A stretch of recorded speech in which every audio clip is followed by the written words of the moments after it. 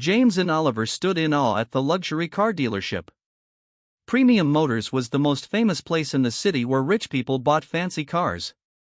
The two 17-year-old boys weren't there to cause trouble. They had a school project about business models, and this dealership was perfect for their research. "Look at that one," Oliver whispered, pointing to a shiny silver car. His eyes were wide with wonder. James nodded and wrote some notes on his tablet. "Their way of selling cars is exactly what we need for our project." The boys walked carefully around the showroom. They didn't touch anything. They just looked and took notes. James wore neat black trousers and a blue button-up shirt.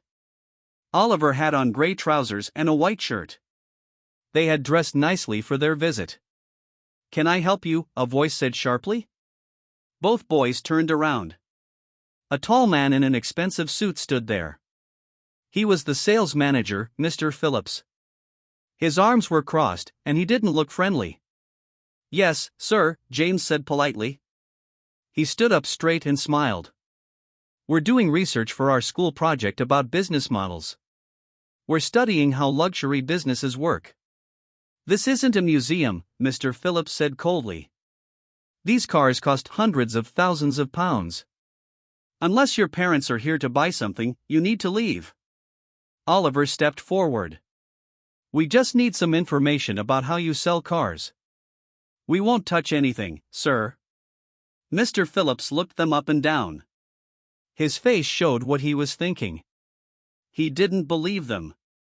He didn't think they belonged there. "I've seen your type before," he said. "Just wanting to take pictures for social media to show off to friends. Security will show you out." A big man in a security uniform came over. Other customers watched as the boys were led to the door. James felt his face getting hot with shame. People were staring at them. "We didn't do anything wrong," James said quietly as they walked outside. Once they were on the street, Oliver kicked at a stone. "That wasn't fair. We were being respectful." James nodded. He felt a mix of anger and hurt. "Let's go to that cafe and finish our notes. I'll text my dad about what happened." At a small cafe across the street, James took out his phone and sent a message to his father. Dr. William Thompson was having a busy day at his company office. He was the founder and owner of Thomson Technologies, a business worth billions. When his phone buzzed, he paused his meeting to check it. As he read James's message, his expression darkened. William had worked hard all his life. He started with nothing and built his company from scratch. Now he was one of the richest men in the country. But he never forgot where he came from or the challenges he faced. He had taught his children, James and his sister Lucy, to be humble and hardworking. He also taught them to stand tall when faced with prejudice. William knew what it was like to be judged unfairly. "Emma," he called to his assistant.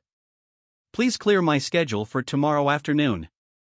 That evening at home, William listened as James told the whole story. Their house was large but not flashy. William didn't believe in showing off his wealth. "Dad, it wasn't just that they made us leave," James explained, looking down at his hands. "It was how they looked at us. Like we didn't belong there." William sat beside his son on the sofa. He put his hand on James's shoulder. "Son, you belong anywhere your dreams and hard work take you. Never forget that." "I know, Dad. But it still hurts." William nodded slowly. "I understand. When people don't see your worth, it hurts. But that doesn't make you worth less." He stood up and straightened his sweater. "Tomorrow, we're going to teach someone an important lesson about judging books by their covers." James looked up. "What do you mean?" William smiled. "I mean, we're going to visit Premium Motors together. And we're going to arrive in style." For the first time since the incident, James smiled too. His father had always taught him not to fight back with anger, but with dignity and wisdom. Tomorrow would be interesting. As the evening ended, James called Oliver to tell him the plan. Both boys felt a little better. Sometimes life wasn't fair, But having someone in your corner made all the difference. The next day after school, James waited outside the building. He told Oliver about his father's plan to visit Premium Motors together. Oliver was excited but also nervous. "Do you think they'll remember us?" Oliver asked. "That's the point," James replied. "Dad wants them to remember us." A sleek black car pulled up to the school. It wasn't the fancy Rolls-Royce that William sometimes drove for special occasions. It was his everyday car, still nice, but not flashy. "Hello, boys," William said as they got in. "Ready for our visit?" Both boys nodded. William drove them to his house first. He told them to change into nice clothes. James and Oliver put on the same outfits they had worn to the dealership yesterday. This was part of William's plan. "Perfect," William said when they came downstairs. "Now we'll switch cars." In the garage, William's Rolls-Royce Phantom waited. It was dark blue, perfectly clean, and looked very expensive. The boys had only seen William drive it a few times for big business meetings. "Today is special," William explained as they got in. The inside of the car smelled like leather and had wood panels that shined. "Sometimes you need to make a point." As they drove toward Premium Motors, William talked to the boys about dignity. "When someone treats you poorly, you have choices," he said. "You can get angry, you can feel sad, or you can show them who you really are. Today, we'll show them." The Rolls-Royce pulled up right in front of Premium Motors' main entrance. People walking by stopped to look. The car's engine made a soft, powerful sound. William stepped out first, wearing a perfectly fitted dark gray suit. He looked every bit the successful businessman he was. James and Oliver followed him, standing tall. Inside the dealership, the same people who had been there yesterday were working. A young saleswoman saw them first. Her eyes widened when she recognized the boys. She quickly walked away to get someone else. The sales manager, Mr. Phillips, appeared from an office. He had a big smile until he saw James and Oliver. His smile dropped for a second before he fixed it back in place. "Welcome to Premium Motors," he said, looking only at William. "How can I help you today?" William looked at the man calmly. "My name is Dr. William Thompson. My son James and his friend Oliver visited your establishment yesterday for a school project." "I understand there was a problem?" Mr. Phillips looked uncomfortable. "There must be some misunderstanding. We welcome all visitors who—" "There's no misunderstanding," William interrupted, still speaking calmly. "My son doesn't lie. I'd like to speak with the owner of this dealership, please." Mr. Phillips seemed unsure what to do. He looked at the boys again, this time with different eyes. His face showed that he was putting things together in his mind. He had made a mistake. "Of course, sir. Let me get Mr. Roberts right away." While they waited, other salespeople looked at them with curious eyes. James stood a little taller. Oliver tried not to smile. Soon, a man in his 50s hurried out from the back office. Mr. Roberts was the owner of Premium Motors. He had gray hair and a friendly face. "Dr. Thompson," he said, extending his hand. "This is an honor. I've followed your work for years. Thompson Technologies is doing amazing things." William shook his hand firmly. "Thank you, Mr. Roberts. I wish we were meeting under better circumstances." Mr. Roberts looked confused. "Is something wrong? Perhaps we could talk in your office?" William suggested. The owner nodded and led them to a large office at the back of the showroom. It had glass walls so everyone could see them, but no one could hear what they were saying. "These are my son James and his friend Oliver," William explained once they were seated. "Yesterday, they came here for research on a school project about luxury business models. They were dressed exactly as they are now. They were polite and didn't touch anything." William's voice stayed even, but his eyes were serious. "They were asked to leave by your sales manager. They were escorted out by security as if they had done something wrong. They were judged solely by how they looked." Mr. Roberts looked shocked. He turned to the boys. Is this true?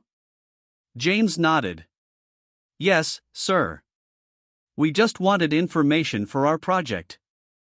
The owner's face showed real concern. He looked truly upset by what he was hearing. I'm deeply sorry, Mr. Roberts said. This is not how we treat people at Premium Motors. William leaned forward slightly. Mr. Roberts, I was planning to purchase a fleet of 50 vehicles for my company executives this year. The room went very quiet. Mr. Roberts' face turned pale. 50 luxury cars was a huge deal, worth millions of pounds. He looked at William, then at the boys, then back at William again. Dr. Thompson, please know that what happened to your son and his friend does not reflect our company values, Mr. Roberts said quickly. William nodded slowly. I understand mistakes happen. But this wasn't just a mistake. This was about prejudice.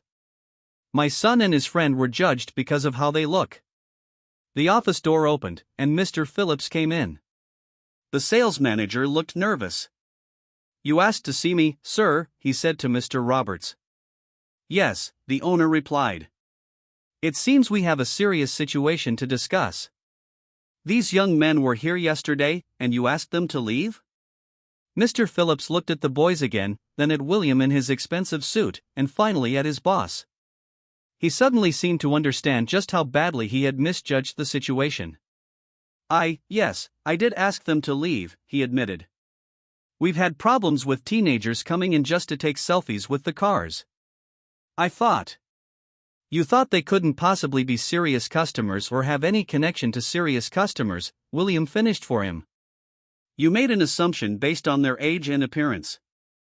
Mr. Phillips looked down at his shoes. I apologize. I was wrong.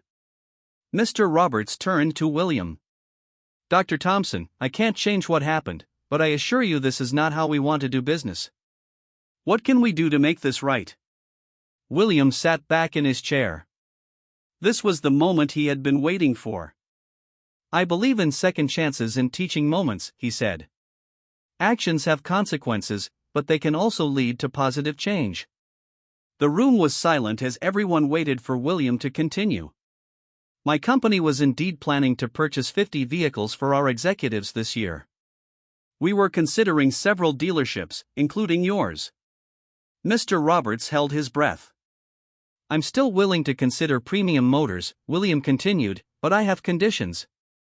Anything, Mr. Roberts said quickly. First, I want my son and his friend to complete their project. They need full access to information about your business model, and they need to interview key staff members. Of course, Mr. Roberts agreed. Second, I want Premium Motors to start an education program.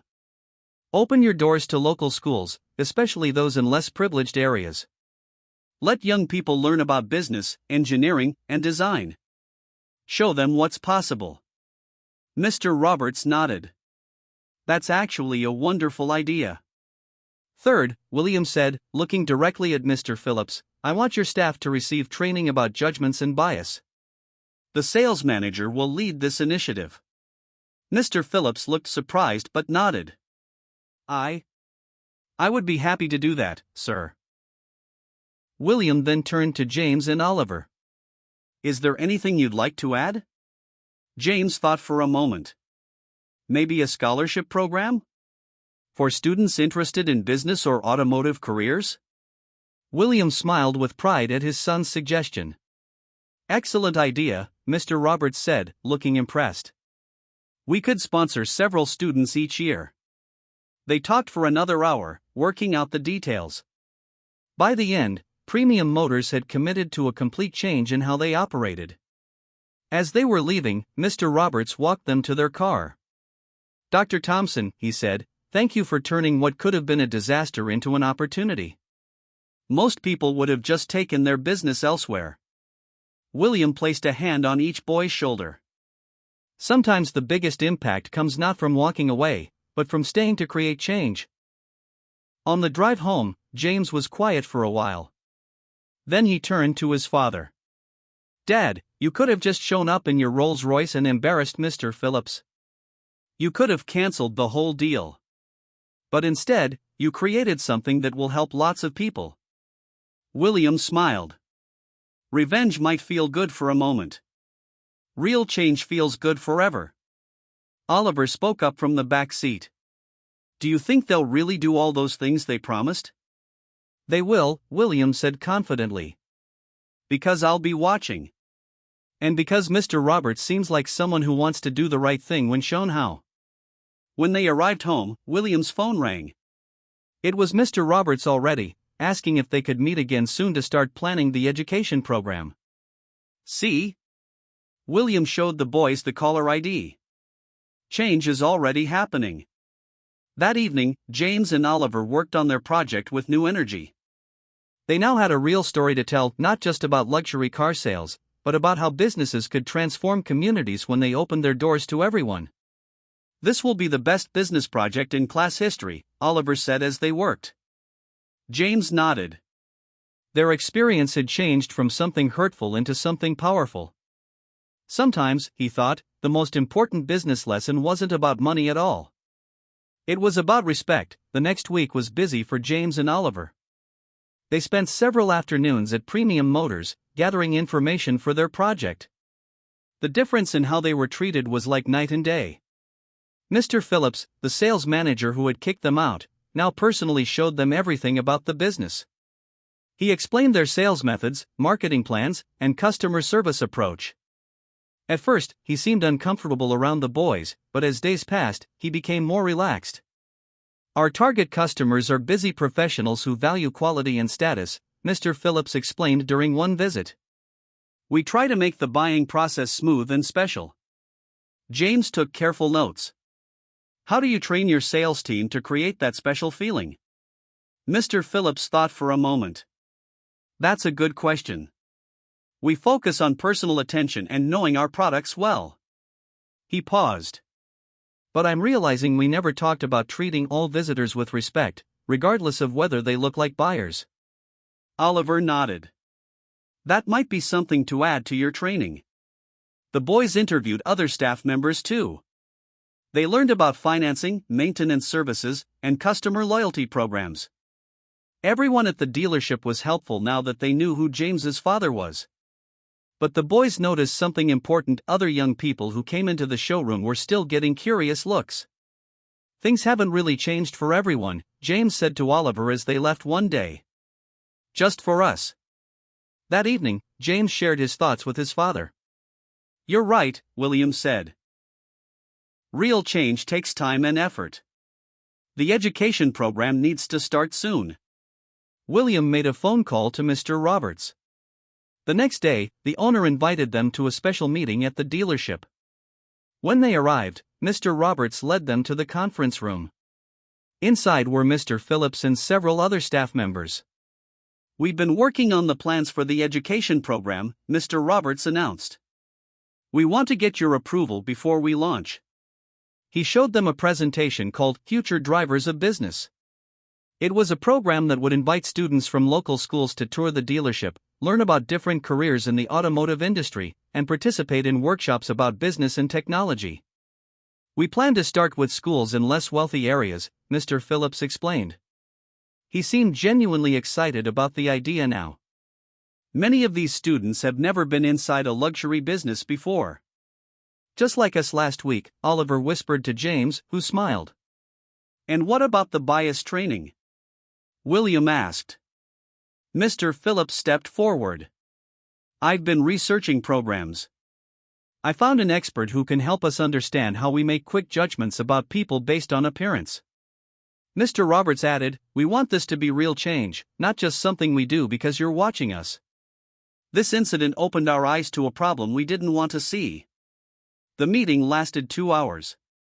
By the end, they had solid plans for both the education program and the staff training. The scholarship program would take longer to set up, but they had started that process too. As they were leaving, Mr. Phillips asked to speak privately with James and Oliver. I want to apologize again, he said, looking them in the eyes. When you first came in, I saw 2 teenagers who I thought didn't belong here. I was completely wrong. Not just about who you were, but about how I should treat people. James could see the man was being honest. Thank you, James said. I appreciate that. Would you two be willing to help me with something?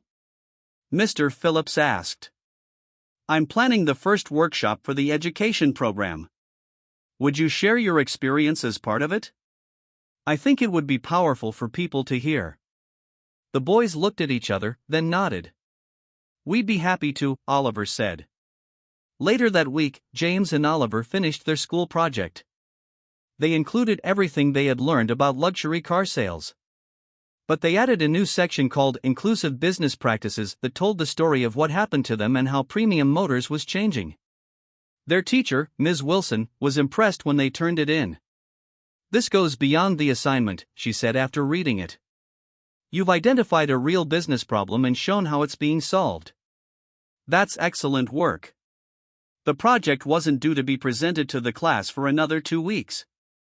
In that time, the first student tour of Premium Motors took place. 20 students from Westside School, in one of the city's poorest areas, visited the dealership. James and Oliver helped give the tour. They showed the students the cars, introduced them to staff members, and explained how the business worked. Could someone like me work here someday? Asked a girl named Lisa. Absolutely, James told her. And Mr. Roberts is starting a scholarship program to help students who are interested in this industry. The students' eyes lit up with excitement. For many of them, places like Premium Motors had seemed off limits, like they didn't belong there.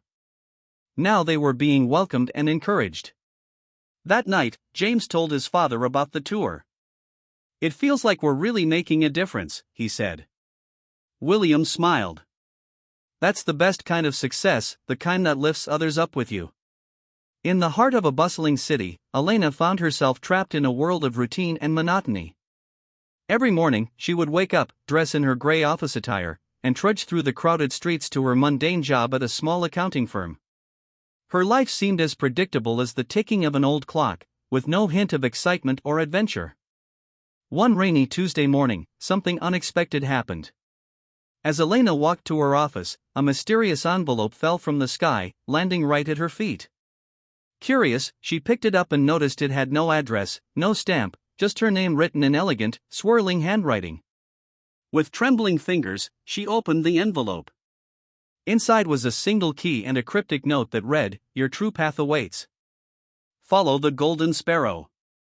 Elena had always been practical, never believing in fate or random chances. But something about this moment felt different. The key was unusual, made of a strange metal that seemed to shimmer with an inner light, unlike any key she had ever seen before.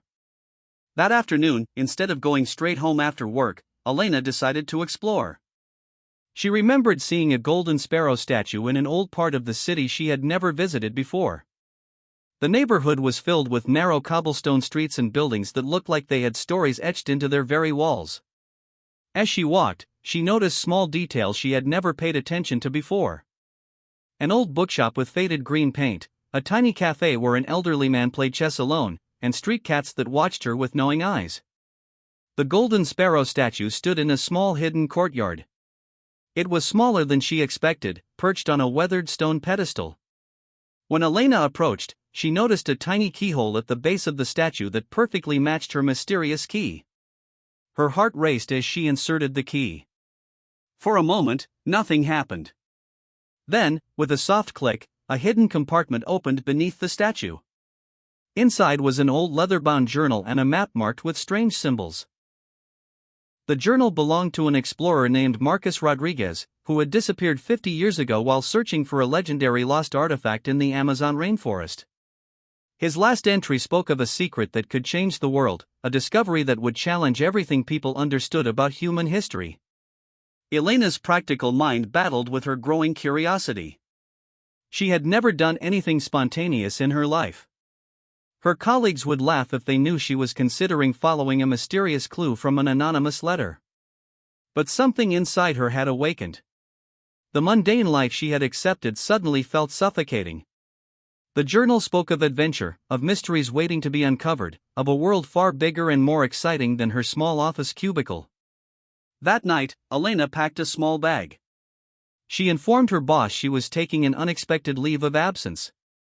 Her co-workers were shocked. Elena, who had never missed a day of work, was suddenly leaving without a detailed plan. She didn't know exactly what awaited her, but for the first time in years, she felt alive.